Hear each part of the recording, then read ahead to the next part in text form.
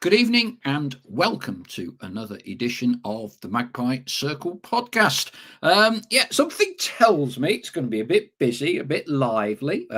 We've got two games this week, and I'm sure plenty of you will have one or two things to get off your chest from Saturday. Those of you who were at Wimbledon, those of you watching it at home, those of you listening to Stell and Dave Bracegirdle on the radio. Frustrated, angry, disillusioned, or do you remain optimistic? And is this all part and parcel of being a Notts County supporter? Will you be in Cleethorpes tomorrow? At least the fish and chips are normally pretty reliable there. One win in six, a silver lining. Club have confirmed today. David McGoldrick is back in contention for Tuesday night. We've got to cling to silver linings at the minute. Thanks as always to our sponsors, the Big Shed at the Trent Navigation and to JH Accountants. Right. I'll tell you what, let's get a few thoughts from the flock first. And I've had loads on Facebook, Twitter, you name it. So I'm going to read out a kind of a cross section. I know everybody wants to kind of sound off a little bit. Some of you are still committed to us getting into the playoffs or believe it's absolutely possible and not giving up on automatics. Some are taking a slightly more disenfranchised view, I think it's fair to say. Is it a coincidence that our run of bad form comes after the loss of the manager's assistants? I'm sure in the modest words of Cole Saunders, absolutely. Peter Chalkley, we had a 10-game run that was immense. If we can replicate anywhere close to that, we are in the playoffs. Match it and we go up. If we get 10 games with the fullest squad we can have, I remain hopeful of automatic. Peter Sharp's a bit more succinct. This squad isn't good enough to go up. If we win on Tuesday, says Wayne Johnson, it will change the mood and raise spirits again. AD Dexter, our slow build-up play allows opposing teams so much time to reset their defensive structures and get 11 men behind the ball. To score a goal against a deep defensive block like that takes real skill and creativity. If we don't have those skillful and creative players on the pitch, we will struggle to break any team down. Most teams now know how to use this to their advantage. Most of the goals we concede are from defensive errors, counter-attacks and set pieces. We need to have a lot more quick ball, more movement in midfield, more taking on players, more direct attacking runs, and a variety of attacking angles. That's just a very short cross section. Lots more to read out. Stell, how concerned are you by all of this? It is inevitable. Instant football, game by game, social media, fans venting their feelings. Are fans overreacting, or is there real cause for concern as a result of this last, if you like, mini run of games in which, aligned to poor results, performances have been equally poor? Yeah, look, there will always be overreactions in football, always, so I'm sure some of the reactions, and I've not seen obviously all of them, but I've seen a fair few and heard a fair few, and people reported back to me a fair few. After Saturday, you can't really say any of them are overreactions because Saturday was so bad. So bad, particularly that first half was, even Stewart came out and said, men against boys. I said we were bullied. All the things, the worst things that you can say about a performance, I think were not overreactions to that first half performance from Notts. It was so poor, so much they were second best all over the pitch that it was, unbelievably one-sided. Yes, an improvement in the second half, but again, Wimbledon were 2-0 up. They were managing the game a little bit. They arguably had as good a chance as we did to score in the second half, but they just managed the game out. And other than Jatta's shot that the keeper gets a deflection onto the bar, that we never really looked like scoring, never really looked like troubling them. It was a really, really poor performance, and that's on the back of 3 or 4 performances that haven't been great, where we I would say the Fleetwood game aside, where we got a point, I thought for 45 minutes we played well, and not bad, not too bad second half, although we had to scramble a last minute equaliser. Um, that aside, the performances have been poor, in the last 4 or 5 games, and Saturday hopefully is the absolute bottom of the pit in terms of performance levels. But everybody's right to be concerned. I'm concerned about it because it looks, with the injuries that we've got, it looks like they're affecting us now. You look at various different things, and I'm sure we'll come across them in the next hour, and I'm sure people will have already discussed many of them between or since Saturday. But there are multiple things you can look at, multiple reasons potentially. But the bottom line is Saturday was as bad as probably the Salford game that we spoke about. Yes, you could maybe make a case that Wimbledon is stronger opposition, but it was equally as bad a performance from Notts, and they've got to bounce back. They've got to respond, and tomorrow night is that chance against Grimsby, who are probably the form team, them and Bradford at the minute in the division. So it ain't going to be easy. We know that. So they have got to respond, and quickly.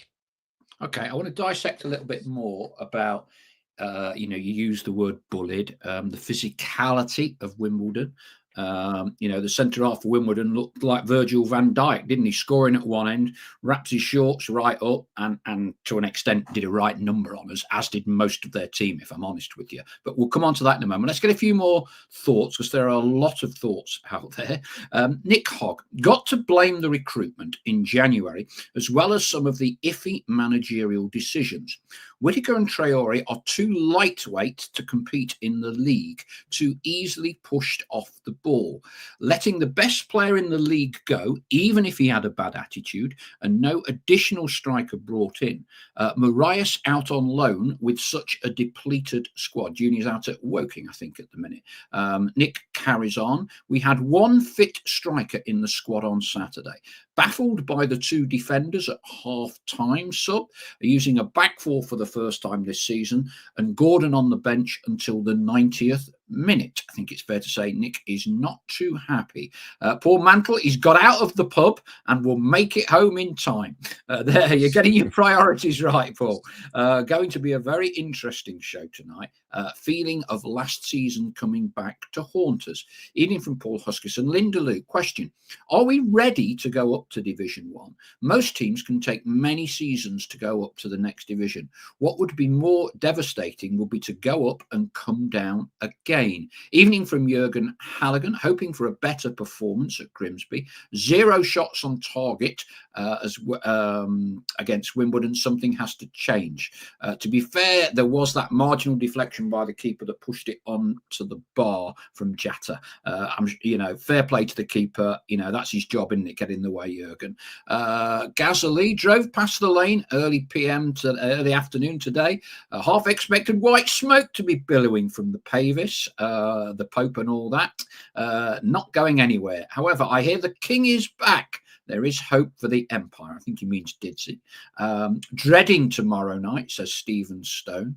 I live in Grimsby and not getting anything tomorrow, playing like we are currently doing. Royston, all Notts fans are on a downer. Do we get a pick-me-up Tuesday? Let's hope so. He's sent it twice. Notts aren't ready as a club to go up to League One, says Nigel Cameron. Gazali sent it twice. Don't worry, guys, I do read them out if it's humanly possible. It depends if my bins start to go a bit when I'm looking at this. Evening all, Shane Walker from Solent. Here we go again. This is Notts, up and down, but I will always be there supporting them whatever. Nigel Cameron, too many hopeful lightweight signings. We need to go up a gear if the club is genuinely serious. Ian Cooksey, January transfer window, not good enough. Palmer is a great player, but not a captain, in my opinion. Medical team should be under focus. Never known so many injuries. At least nobody will have a, inverted commas, contact injury tomorrow. Ian Cooksey adds, the football we play is boring. No end product to the pretty possession football we play. I've wasted an hour of my life this afternoon, Ian. I've dug out the possession tables. You will, honestly, you'll wet yourself when you hear them. It is absolutely hilarious. And if ever statistics like possession statistics are meaningless, these results for League Two and for the Premier League will demonstrate it. But that's me getting something off my chest, guys and girls. Andy Walton, I know we've said this before, but years ago, we never had anywhere near the amount of injuries we are getting today. Paul Sills here, a bit of optimism. I am predicting a 2-0 win tomorrow night and then a 1-0 win against Chesterfield. I'm not a gambling man, Paul, but I'd put a fiver on that and you might be considerably wealthier come 5 o'clock on Saturday if that one comes in. Martin Kelk, since the first game of the season, month on month, our squad has deteriorated. First, Naman sold, Jody Jones injured, David McGoldrick injured on and off, Scott Robertson out for the season. Then we sell Dan Crowley. Not one has been replaced in January. David Dawes, let's hope Stuart changes tactics and plays attacking football instead of the defending football. Even when we get free kicks on halfway line, we play back to the keeper. Evening from show favourites such as Ian Hayward and Pythagorean and Kenneth Pointer.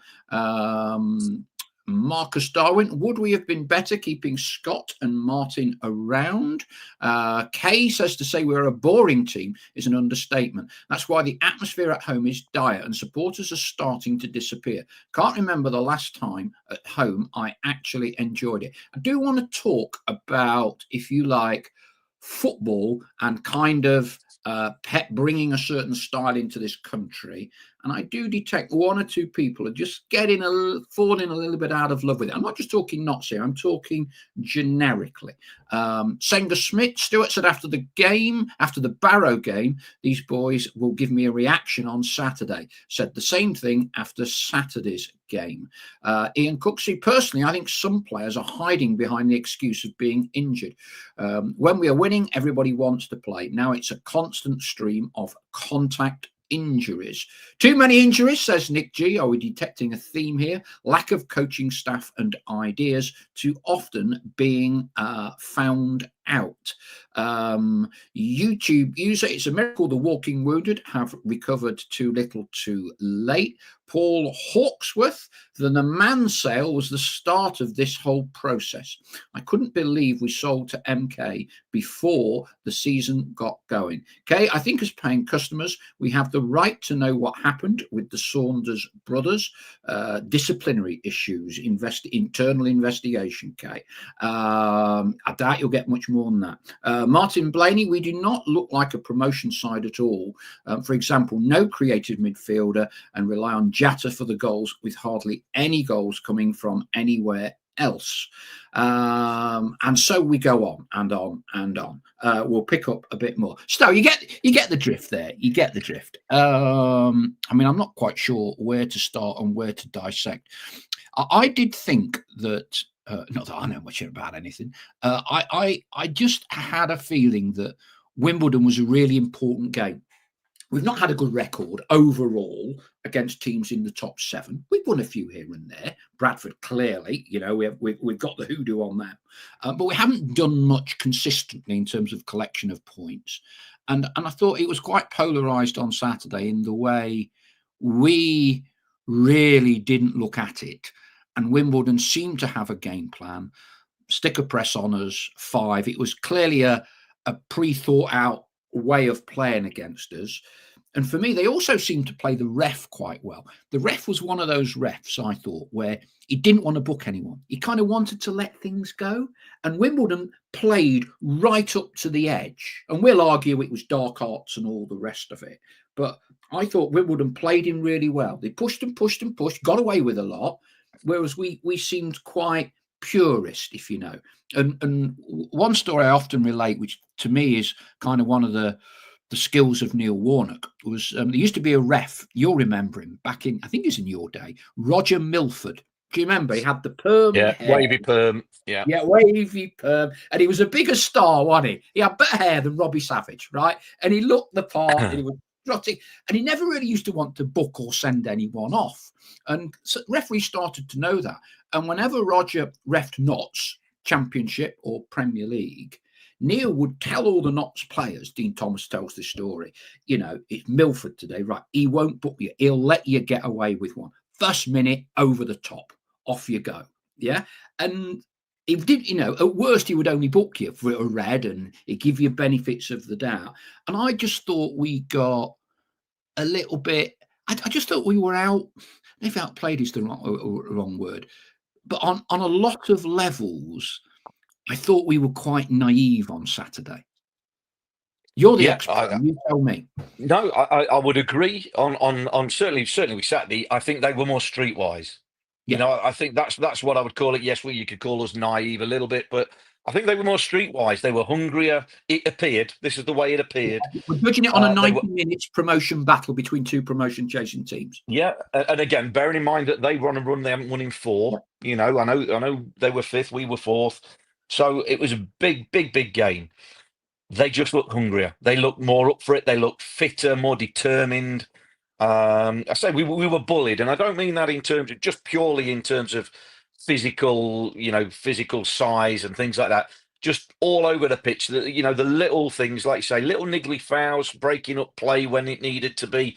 They were right. Little physical battles, little bits of pulling and stuff that they're just like you say, dark arts, whatever you want to call it. It's just things that have been in the game. And again, I don't like to go back to yesteryear. The game's changed; it's all different. Yeah. But we're not talking about a Wimbledon team that contained Vinnie Jones, John Fashanu, all them lot.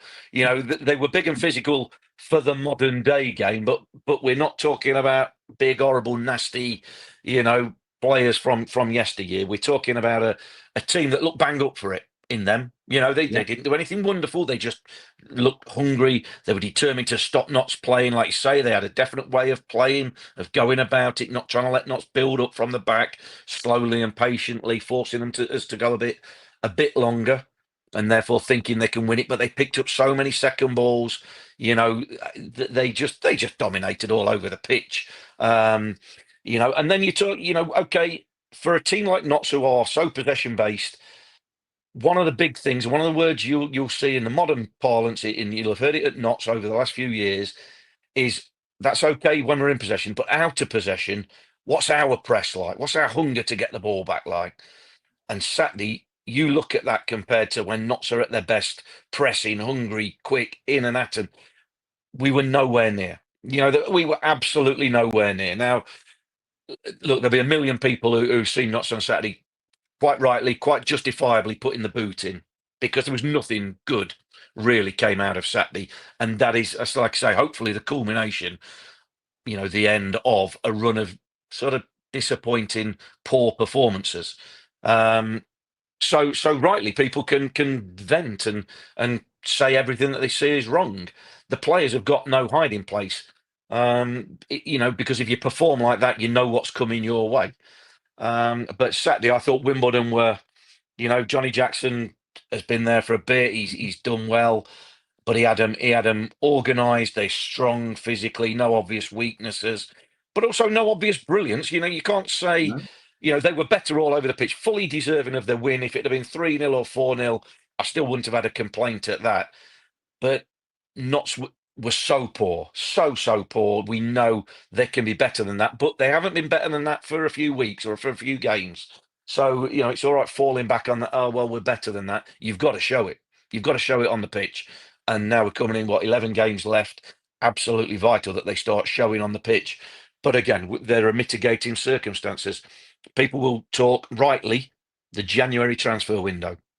Now, at the minute, that is looking like a horror show for Notts. And this is not to castigate any individual player that's come in, but it's to do with, what's gone out, what's come in. Are we in a better position? At the minute, you've got to say no. Based on what's coming, you've got to say no. They went with, young lads, 20, 21, 22, to come in. Okay, Traore's a bit older than that, but, he's not had much game time, not seen much of him. One start and a couple of bit parts, and now he's injured as well. But yeah, I would say that that needs looking at. That's not worked as of yet. Hopefully, then players contribute massively in the next 11 games, and we change our tune. But as we are sat here now, I think that's a justifiable area for criticism. And there are others. Obviously, the injuries. We're looking like we're missing some inspiration, massive bits of inspiration. David McGoldrick, Jody Jones being the obvious one, but Sam Austin. Not a star by any stretch of the imagination, but he's somebody who gives you 110% every game, gives an energy and a dynamism, and was playing really well as well just before he got injured. So he's a big miss. Scott Robertson, again, do we need a bit of grit in the middle of the park? He would maybe provide that. But again, we've got to do without them. If they're not fit, we can't say anything. So there's mitigating circumstances, but Saturday was nowhere near good enough. Nowhere near good enough. And a lot of the criticisms that fans will have are absolutely justified. Okay, let's get a few more thoughts. Paul Hawksworth, we recruited talented players for the future who are totally unsuited to our current situation. I genuinely feel for them. Who is making these decisions? Ian Cooksey concurs. Selling him, Crowley and Naman, to a team considered to be one of our main rivals for promotion sent out the wrong message, in my opinion. Nigel Cameron, Jarvis, a whirlwind in the Irish League. Sadly, the Irish League is their equivalent of the National League North. Outmuscled, passing poor, behind players, most passes backwards or side to side, says John H. Said at end of last season, big mistake not signing Jim O'Brien. He broke up play, moved things forward, and was a leader. Stuart Woodward, looks like Stuart trying not to lose instead of going out to win. Not good enough. Mark Williams, certainly been very disappointing over the last few games performances. We've missed 2 key players recently, but more worryingly, we are getting seriously outmuscled and bullied regularly. Martin Kelt, we play slow, and then slower football. They say a team is a mirror of their manager. Sorry, for me, it's time for a change. Stuart doesn't have it. He's another Ian Birchinall. We have wasted a year. As you can see, fans having pretty strong views at the moment about the current run of form. Carl Brandon, Wimbledon was absolutely dire. No effort from the players, with no chance of the playoffs, let alone automatics with performances like that. We've been terrible since Christmas. Nick G, far too slow in going forward, never seem to want to take players on down the wings. We're not playing well at the moment, says Martin Shipley, that's for sure, but at the end of the day, we sit 4 points off automatic promotion with 11 games to go, still all to play off. Mark Connors, quite often after a great run, 25 or 30 points, there is a downturn of form coupled with the creative players being injured. For me, we have to stay behind the lads and Stuart. For me, Notts fans moan too much. James says all form is temporary, both good and bad.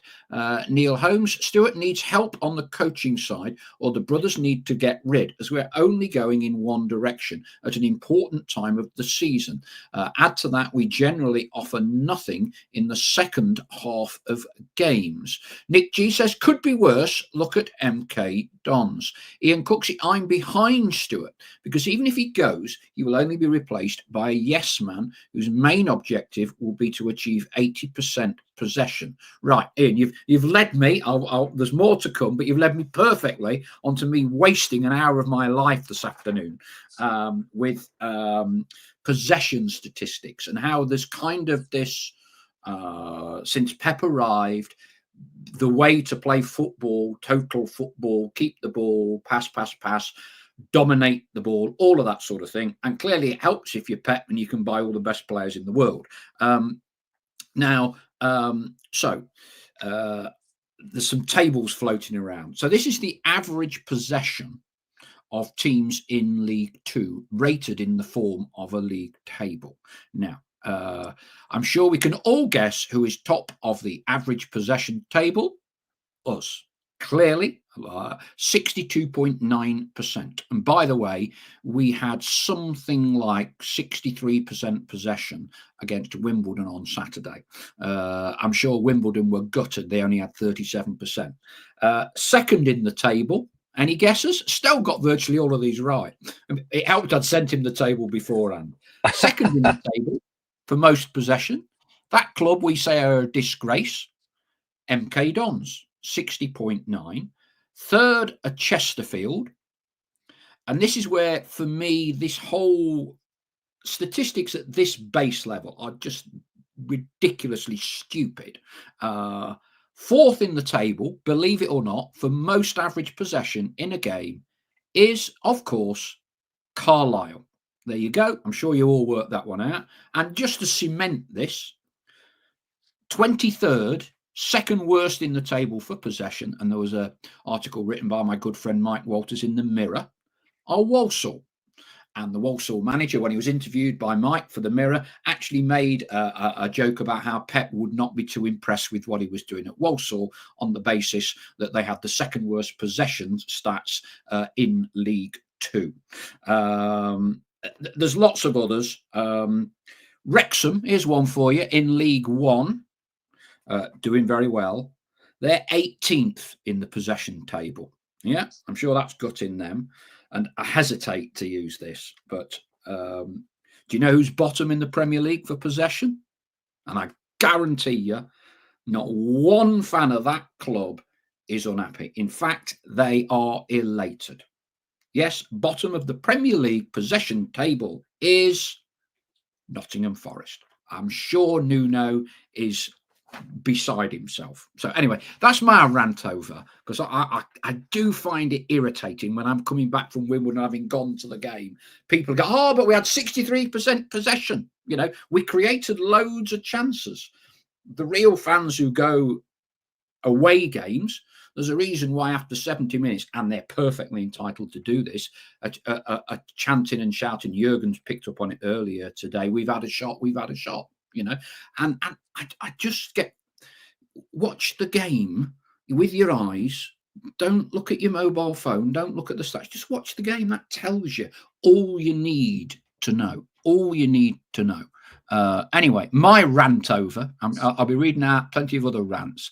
Stell, look, clearly, you know, talk of removing Stewart for me is nonsensical. There's a lot of things that people want to discuss. For me, the post-mortem is in May. Yeah, hopefully it's in June if we're in the playoffs. And at that point, you assess and you look what you've achieved and what you haven't achieved, because we can still, as people quite rightly say, we're in a playoff position at the minute. And you would still hope we can at least finish in the playoffs. I think, you know, a lot of the appetite to get automatics is, I think, dwindled a bit, but it's still achievable. It's still absolutely achievable. So I think, you know, making Stewart a sacrificial lamb, I don't think helps at all. But my question to you, Stell, do you think he's finding it difficult? How much harder is it for him when he's lost his two lieutenants? Yeah, the de facto director of football's up, sticked and gone. You know, all this at a time when, you know, the club is pushing for League One football. I think he said in the interview with Dave Bracegirdle, which was a good interview, there are no plans for an assistant to come in. So that reads to me, he's basically on his jack with the goalkeeping coach and the former analyst till the end of the season. It's a lonely old job being a manager at the best of times. Right now, it's the worst of times. You know, as a former player, do sometimes players get too tired of the same voice? Because he must be doing most of it. I can't see what else. You know, there's hardly anybody else to fill what twice as many people were doing. I mean, does he need immediate help? It's hard to say from the outside in. You're right. You know, sometimes, you know, you can hear one voice too much. You know, if he's having to do everything, him, Zhao and Steve Collis, you know, goalkeeping coach. Maybe the fact of having the Saunders brothers there were just different voices, just to vary things up in training from a Monday to Friday. You're not hearing the same voice, the same phrases all the time. It's hard to say, but obviously, when you're on a downturn of results, we're looking at all these factors going as being a key factor. Only people inside the camp will know. Only the players will be able to tell you how much of a factor the Saunders brothers going. And again, sometimes, like you've just read the possession stats out there, possession stats does not correlate to league table. As you've quite adequately shown there. There is no correlation. Now, there could be many, many reasons, but it just comes down to possession is about what you do with the ball when you've got it. Having it doesn't get you anything. But Stuart knows that. The players know that. They have possession with a view to being more creative and more productive and more attacking and playing with more tempo than they have been the last 6 games. Before the last 6 games, we won 8 out of 10. I think that's right, 8 out of 10. We had an unbelievable run of form. Now, before that, we were on a terrible run of form, culminating in the Salford game. Now, to go back to that, when people want to go, well, he's not got 2 coaches now, is that the reason? Well, the 2 coaches were there through the bad run of form previously, up to the Salford game. The 2 coaches were then also there, nothing changed, to be the good run of form, 8 wins out of 10. And now we're in a bad run of form. Is it just coincidence that ties in with the 2 coaches going? We may never know. We may never know. So sometimes we look for links that aren't really there, but we met them links ourselves. That's not to say there's nothing in that. There's not to say there's nothing in that, but only the players inside the group will know. Maybe as you get on through a season, you are hearing the same voices time and time again, and you do need a variety of voices, a variety of training sessions, a variety of ideas and methods and what have you, because they've been together now for 7 months of the season, but it could also be, I'm going to throw something else in that we went back, or we've gone back to looking a little bit nice. And I know people will always talk about, we look like a lack of leaders. That's always the case when you lose football matches. You don't look like that there's leaders in the camp. Now, people can lead in different ways, but throughout a season, the changing room can get friendlier, if you like. It can round off any sharp edges.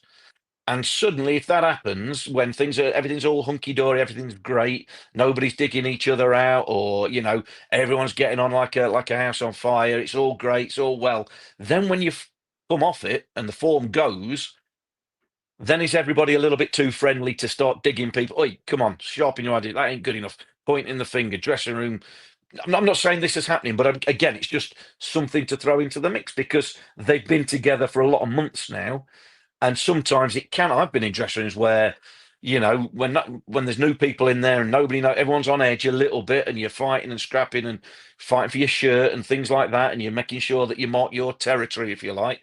As the season goes on, everybody becomes a more knitted group together and it becomes a little bit harder to dig your mate out. You've got Pally with a 2 or 3 or 4 in the dressing room. And do you dig him out when he's not performing, or in a game like Saturday where, nobody really performed? Probably Nick Cerula, I'll give him an out or whatever, but not many more can say they performed how they can do. So there's loads of different things that it could be, but only those lads inside the dressing room will know. And I'm not one of these that go, oh, they it'll get thrown at players since time immemorial. It looked like they weren't trying. It's not because they're not trying. No, that wasn't one of them performances. We got bullied, yes. We weren't smart enough. We weren't good enough. Did we run hard enough? I'd question that potentially. Sprints and things like that. We got outworked. We got outmuscled. Was it because we weren't trying? No, I'm not sure it's because we weren't trying. The effort was there, just in all the wrong places, all the wrong, just ineffectively. You can also look around and go, is the impact of not having our match winners available? And I'm going to go back to the January. Dan Crowley going. He was a match winner. Jody Jones not available. David McGoldrick not available. Not been around for a few games. Barring 15 minutes at Fleetwood, Jody's not been around for a while. Didsy's been out for a few weeks. That weighs heavy. It can weigh heavy on players when they're looking around and right. It's not quite going. Who's going to win us a game? Who can I give the ball to win a game? Now, Nick Cerula on Saturday looked like one player who at least looked like he was trying to go and do something, make something happen, and he looked like he might, have that bit of inspiration. We were miles away, so it's small comfort. But does it weigh on the players? Not weigh on the players, but does it affect the players that like you're looking around and going, I'm not sure who's going to win us this game today? Yeah, we've not got Jody, we've not got Didsy, we ain't got, Dan Crowley's gone in the window. Who've we got today? And again, and I'm not digging anybody out with this individually, but as a collective, like I'll say, when you see them match winning names on a team sheet, gives you a bit of a lift and a boost. And you think, do you know what? If we do the business, if we're solid, strong, run around, keep the ball, give them the ball, we'll beat them today. The opposite can happen when things aren't going so well. You go, who's going to win us the game today? Who's going to win us the game? So, subconsciously, and again, we're talking about small percentages that can make massive differences. So I wonder if that's it. I feel a little bit for Stuart. We mentioned about it on commentary before the game. 1 goal on the subs bench on Saturday. 1 goal this season. And that was Kellen Gordon in the EFL Trophy. Right? So when he's looking at, okay, this is what's available, how do I change the game? How do I change the game for a positive? I've got nobody on the bench who's scored a goal aside from Kellen Gordon. There's no real striker on there. He's looking at that, and again, that comes back to recruitment. It comes back to, why have we got so many injuries? Why have we had so many injuries all throughout the season? And you go, well, a coach is only as good as the tools that he's working with. And at the minute, a lot of them tools are out of form, not playing well. And I'm talking about some of the main players as well, not just, I know the young lads, sometimes Charlie Whittaker, Will Jarvis have come in for stick, but I'm talking about the spine of the team and players that have been exceptional and really consistently good throughout the season. They're off it, they're off it, and they'll know they're off it. So a hell of a lot's got to change, but it can do. It's done it before. It's happened before after that Salford game, but it can't. It's got to happen now. The closer you get to the end of the season, it has to happen immediately. We can't say, well, if we turn it around in 4 or 5 games, it might be too late. So I said 2 weeks ago, and like I said, I don't like to change my tune particularly, and I'm not. I said we had 5 games in 2 weeks, and that includes tomorrow and Chesterfield on Saturday, both big games, critical games in terms of nitty gritty rivalries and all that. I think we'll have a better idea where we are after Saturday's game, and I hope that's in a positive sense. I hope we're not sat here next Monday having an even bigger moan going, do you know what? This season could get away from us. We could end up with nothing. So they've got chance. Every game is a chance to turn it round. We all know we all like to have a moan when things are going well. We can't see where it's going to turn around. But honestly, nobody could see it turning around after that Salford game. And we went and won 8 out of the next 10. So while it's doom and gloom, absolutely, nobody can see the wood for the trees at the minute, it changes just like that. And look at the results at the weekend as well. That's tightened everything back up. Bradford losing, again, Walsall losing again. We are, daft as it sounds, and I'm putting our form to one side. If you're a betting man, it's 50-50 as close as us getting automatic as it is missing the playoffs. That's how tight it is again now. And we're back to this point of 12 teams at the start of the season could be looking at automatic. There's probably still 12 teams looking at it now, going with the form and the way things have gone. If we can finish with 10 strong results, you can achieve anything. So it's still there to play for, but they've got to turn this form around absolutely, definitely starting tomorrow night. Yeah, Colchester and the Cowleys would be my dark horse. A few points off it, but they're on a decent run at the minute. Here's an interesting perspective from we get quite a lot of fans from other clubs dialing into these shows. Steve Jones, welcome, Steve Sadler, from a Walsall fan. Is this league something of a poison chalice? Most of the teams are under pressure. First time Bradford see the summit, they lose. All the teams are under intense pressure. Yeah, and I was seeing something somewhere where some Walsall fans were querying what their young manager Sadler was losing the plot. So I guess this is not necessarily something exclusive to Notts at the minute. There are other clubs in that top 7 or 8 who not quite be on the run that we're on, but they're not happy either, even though they're in very good positions. Need experience and seniors in the team, says Ian Hayward. Another word for that, Ian: oven ready. Remember that one in January? What I said? Got pelters, but anyway. Sharfitab, for me, if we're going to sign players susceptible to injury, we need to have the right backups for them. We knew Jody would be susceptible to injury and have nothing to replace him with when they happen. I think, to be fair to Jody, he's done brilliantly well for us. One of the analogies I might perhaps be a bit more frustrated with would be Scott Robertson, who's clearly a combative midfielder. He was injured very early on in January, and in terms of the players that we've brought in, I don't think we necessarily have someone comparable to what Scott brings to the picture, even though we kind of knew very early in January that he's effectively going to be out for the rest of this season. John H says, I'm not going to Grimsby, can't make it. Unlike the day we were meant to play, 5 tickets returned. I had to go and get an extra ticket today for my son, who could now make the game. And I went to the ticket office and I said, is there a spare return for Grimsby? And the ticket office manager looked at me with a smile. He said, how many do you want? But hopefully, I'm sure we will. Our away support is excellent. There'll be plenty tomorrow. And I think someone said, how about a 5-all? I'll take a 5-4. All right, that'll be all right. Dazza Pie, League 2 is poor this season. It's a golden chance to get promotion, but I fear we are still going to fall short. PJ Defiance, we need to have strengthened better and been braver in the January transfer window. Ian Cooksey, a clever manager, is Johnny Jackson, who remembers him, part of the Munto era. Left back, left midfield. Johnny, I seem to recall playing for us.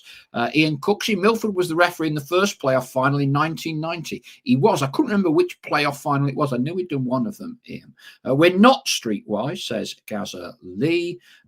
Chris Gosling, Bradford aside, no one in the current top 6 seems able to find any real kind of form. Plays to the narrative that the division isn't very good this season. Stallard and I have had the conversation before. If you put Mansfield, Stockport and Wrexham in this division, I think they're top 3 by a country mile.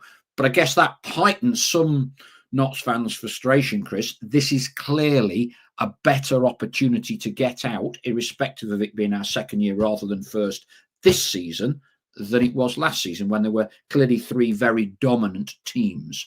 Joe Cotty, every time we had the ball, Wimbledon pressed us until they got it back. Phil Summo, I'm moaning the same as a lot of fans. Can I ask Stel, what could we do with the players we have available any differently? Wayne Wilkins, Wimbledon played like a bulldozing juggernaut. We needed to stop that forward progression and turn them around, even if balls went for a throw deep in their half. Very rarely got them turned around. I think that happens not just against Wimbledon, Wayne. What else have we got? Stephen Shepherd. Notts have been so good picking up the second balls this season, but in the last few games, they've not been getting anywhere close now and looking second best for most of the time. Ian Cooksey, since promotion, we've had one good transfer window, in my opinion. Dane Vincent, good old Dane. I think he's quoted some stats that my eyes deceive me. Anyway, points per game with players playing and not playing. You'll be spot on, Dane. Just read them on the message board. My eyes are letting me down there. Wayne Wilkinson goes on, or Wilkins, did he mention Jatta about his care for the club? We're disappointed, yet we're not realising the part we should be playing in supporting. You wouldn't turn on your kids if they were not succeeding. Interesting point, Wayne. I don't think fans are turning on the players, if I'm honest with you, Wayne. I really don't. I mean, I think if you judge social media as a barometer, then it's a completely poor barometer. I thought the fans at Wimbledon on Saturday were excellent. Bit of sarcasm in the second half, but I don't think that was unwarranted. There'll be plenty at Grimsby. Our crowds have been excellent at Notts all season. I think fans stick with it. I think the problem you have is that people on social media who, as far as I can ascertain, don't actually go to the games, are telling the ones that spend £100 a game by going to Wimbledon and Grimsby, telling them how they should support the club, which I think's a tad ironic, if I'm honest with you. But let's not go down that route, because clearly fans are going to be divided at the minute in because of the club's current form. Stel, when you're on a bad run, is it good we've got a quick one at Grimsby tomorrow, or not? And in Grimsby and Chesterfield, those are two games I think that are going to be quite feisty. One from a locality perspective, and I think it's pretty obvious. There's not a lot of love between Grimsby and Notts for a variety of reasons, dating back to ticket allocations, playoff games, postponements, and that sort of thing. I think it might be a bit edgy tomorrow. And assuming, which Grimsby would have watched Wimbledon. Do you think Grimsby will try and do a similar thing to us that Wimbledon did, or not? Oh, well, I'm sure they'll try and do the same in terms of get a result. And they're on a good run. You've almost got two teams at polar opposites in Grimsby and Chesterfield. Grimsby in a great run of form, Chesterfield not so. So, but I think, in answer to your question, when you're in a bad run of form, you always want game. You want another game. You want a chance to put it right, particularly after the performance on Saturday, where they let themselves down, let the fans down. And on the fans and on that, and I think you're absolutely right, Paul. I always say fans who go to games are entitled to voice their opinions, their frustrations, their applause when it goes well, absolutely however they want to, as long as it doesn't, come into, crossing a line. And just as an example, on Saturday, and this is going to give the players a bit of credit as well here, very few and far between tonight, but the fans, I thought, reacted brilliantly considering the performance they saw. A load of them stayed till the end applauding.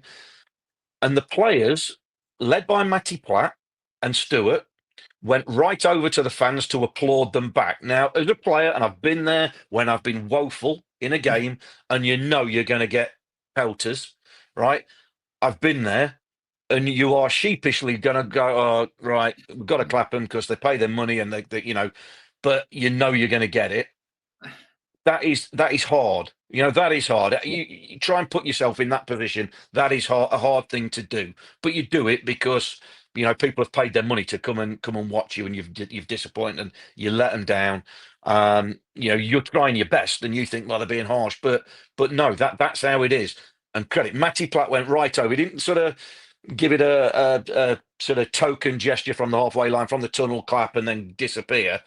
And if not all of them, went right over and thought, you know what? I've got a lot of time for that, because that shows a little bit of character in the face of being crap, let's face it, for a game where you're going to get pelters. You could just put your head down, a quick clap, and off down the tunnel to escape it. They didn't. Now, in this modern world particularly, you take the praise when it comes your way. So you've got to take the pelters when it comes your way. You've got to have them big shoulders, stick the chest out and go, yeah, hands up, we let you down, we apologise, we are going to do everything we can to try and right that wrong. And again, it's not for the one to try. And again, I think this is a group of players with character, like in that sort of respect. So credit to them for that, and credit to the fans as well. After that, there was one guy, when the subs were doing their running and thing after the game, there was one guy, Notts fan, somehow, I mean, he'd come back in or whatever, and the stadium was empty. Obviously, we're still on the radio, and he came like going, shouting something along the lines of, "You're a disgrace. You're unfit to wear the shirt. No effort. No whatever." And do you know what? He is entitled to do that as well. I've got no criticism of him doing that. Whoever it was, he's paid his money. He's gone down to the game to support. It's an expensive day. And you get rewarded with a performance like that. That's fine. Not got a problem with that. You can voice your opinion however you want. Same as, like I say, it's why I never bother with social media. People can write whatever they want.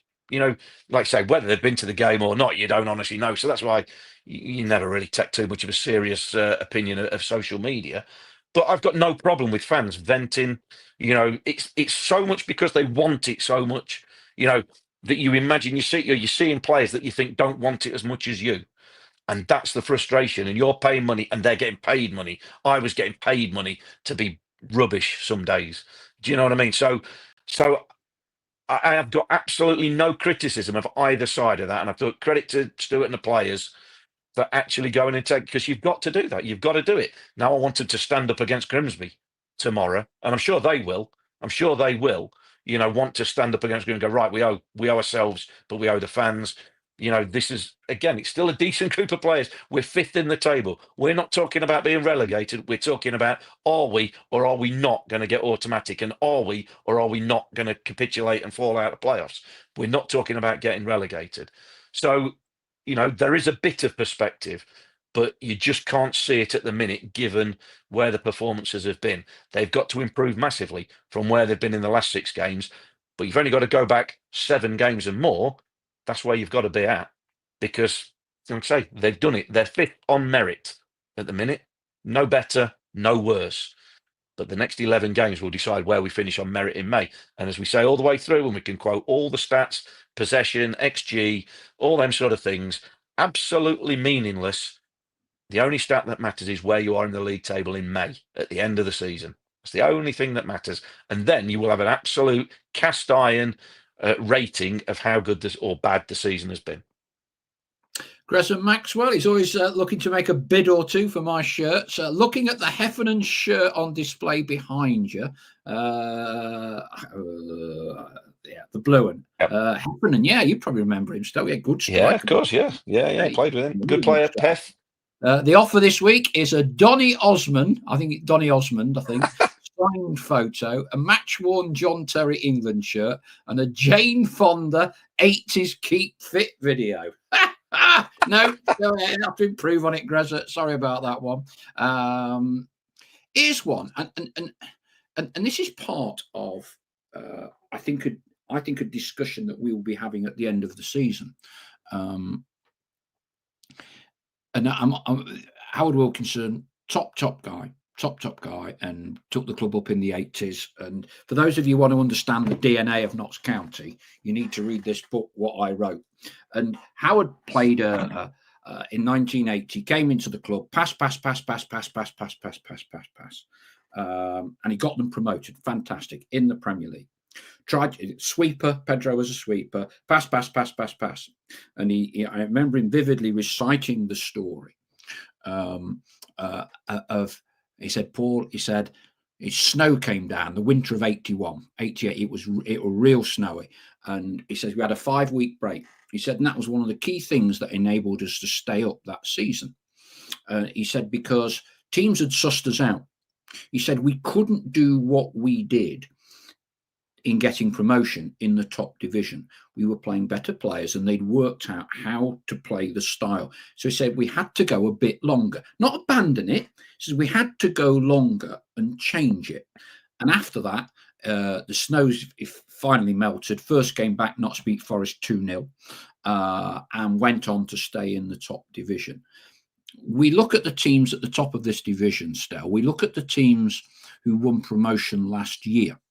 And formulaic does them a disservice, but there's a certain style and approach with those managers, many of whom are quite experienced managers, and the way they play. We are, I guess, to use modern parlance, a bit of an outlier in the way we play football. Do you think playing this way can get you promotion, or what do you think? Is it harder? Is it harder to get promoted the way we play than other teams play, who predominantly have earned automatics and been promoted out of this division? A simple answer: no, it's not. It's not harder the way we play. Can the playing this way get us out of the division? Absolutely, it can. But and again, yeah, but it always comes down to this, and you know, do we look at, say, if the season finished now, it hasn't. Walsall have been top, most of the last half of the season certainly, and been well clear. And you quoted there, they've had 43% possession. 3%. Does that become the blueprint? Is that the magic? Right. The idea is let's have 43. That win. It's not because of it's what they've done with the ball when you've got it. It's what you do with it when you've got it, whether you're possession based, whether you're classed as slightly more direct. However you play, it's how effective you are with the ball when you've got it, because you can only score goals really. I know there's own goals and also, but you can only really score goals when you've got the ball, right? And when I say you've got the ball, that includes teams playing out from the back, giving the ball away. You've got to get the ball back.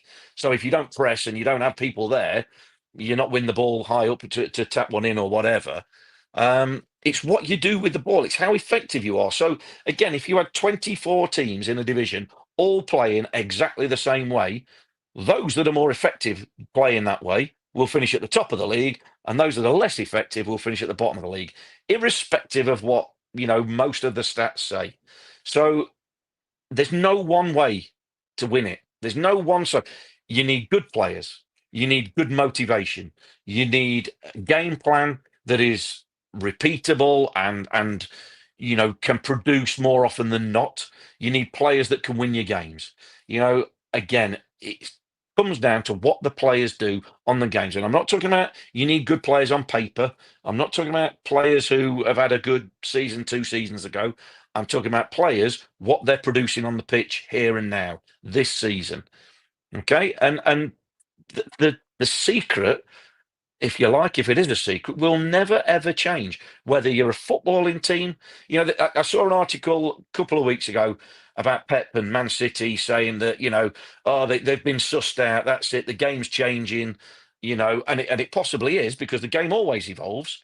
But it was written as if Pep Guardiola was past it. His style of football is ancient, and Man City were useless. It was it was a big long article quoting loads of stats about passes per possession and passes per defensive action and all this sort of stuff. Way, way in depth, stats thing. You think fair enough? Somebody's looked on the stats and done their homework and put 2 and 2 together, and that's the reason.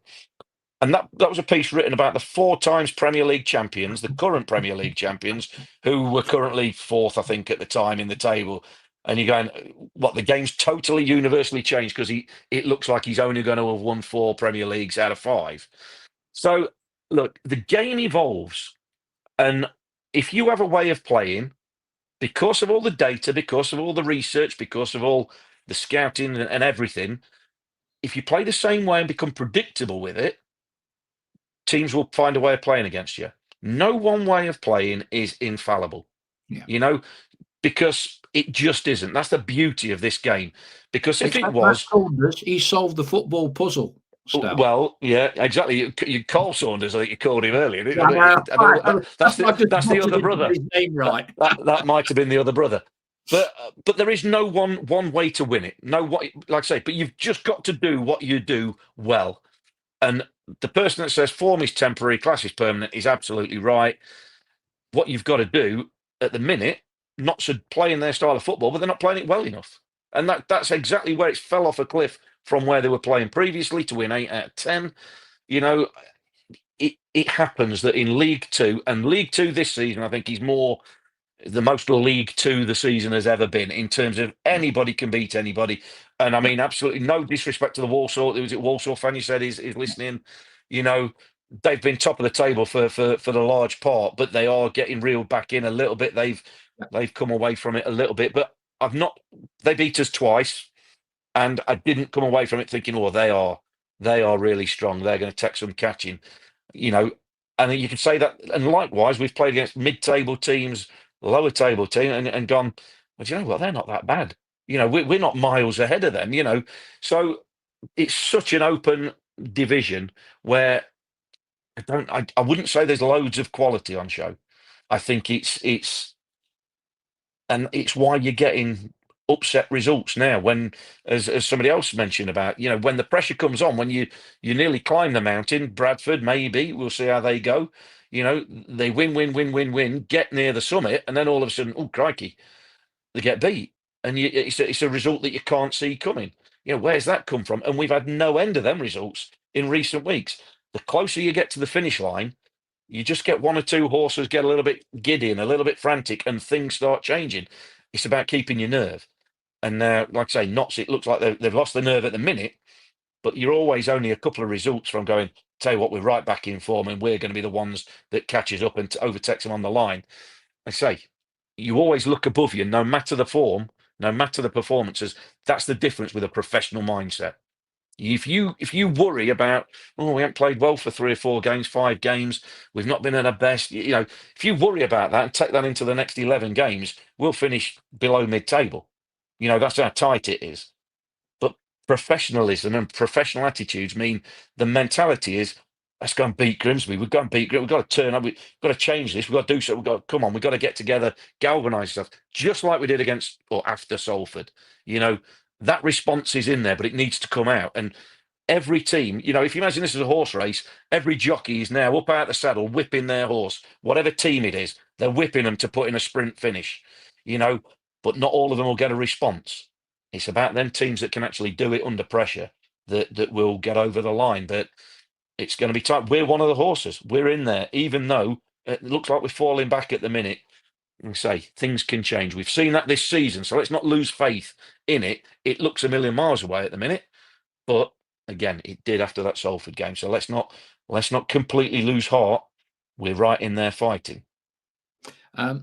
Finally, I also want to make mention of Mick Walker's funeral. Mick was a key part of the club, a former manager on the coaching staff under Jimmy Cyril and Howard Wilkinson. So was involved in both of the elevations into the top flight in both the 80s and the 90s. His funeral is at Gedling Crematorium, which is off Catfoot Lane, back of Lamley, off Mapley Top, on Thursday, 12 noon. Any and all Notts fans are welcome to attend. Mick was a great servant to the club. I think several of the players from that era are coming along, and I believe among the pallbearers are Mark Draper and Tommy Johnson. And I think there'll be a lot of other Notts players when they had a very successful academy that in the early days Mick was orchestrating, produced some great players. So if you are able to, I know that Mick's family would love to see all and sundry. And the funeral procession will also be going past Meadow Lane as well. I've seen some messages on the boards, some other fans that haven't got tickets want to go. I would suggest you ring the ticket office first thing in the morning. I do believe there's a few hundred, 10 or so left. Yeah, they've got plenty left. So I think if you can somehow get to the ground tomorrow, you will be able to get a ticket and ensure that you can get in. Chesterfield 3 o'clock Saturday. That's good. We've not had too many 3 o'clock Saturdays. I'm looking forward to that one. So despite all the shenanigans on the pitch and everything, I do think that Saturday, local derby, plenty of Chesterfield fans, I think that will be a good occasion. And I know sometimes fans like to beat up other fans in terms, and I talk about that metaphorically and not making enough noise. I think it's been really good this season. And I think Saturday, again, 3 o'clock Saturday, we have a lot of 12:30s these days, I think will be a great occasion. Yeah, absolutely. And just to sort of go on a point we mentioned earlier or touched upon, I think when you're out of form, these 2 games where there's going to be a good atmosphere, a bit of needle between fans, in the next 2 games, these are exactly the games that I think Notts need to give them a bit of a boost because they need help. That they can't fall back on confidence at the minute because they're going to be low on that at the minute. But a bit of atmosphere, a bit of spite, a bit of needle, the feeling in the build up to the game, that helps. That helps get the juices flowing and it means something. The worst thing that you could have is maybe not to mention any, but a home game against, a lowly team that you're expected to beat, a bit like the sort of Barrow game, the other day, where you go in, well, go on, then make it happen when you've got players low on confidence.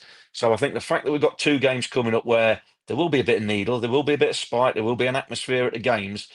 Hopefully that can improve the players' intensity, get the juices flowing, and they can come out with positive results. Because let's face it, we're not bothered about performances at the minute. We need points. That's all that matters. Bottom line.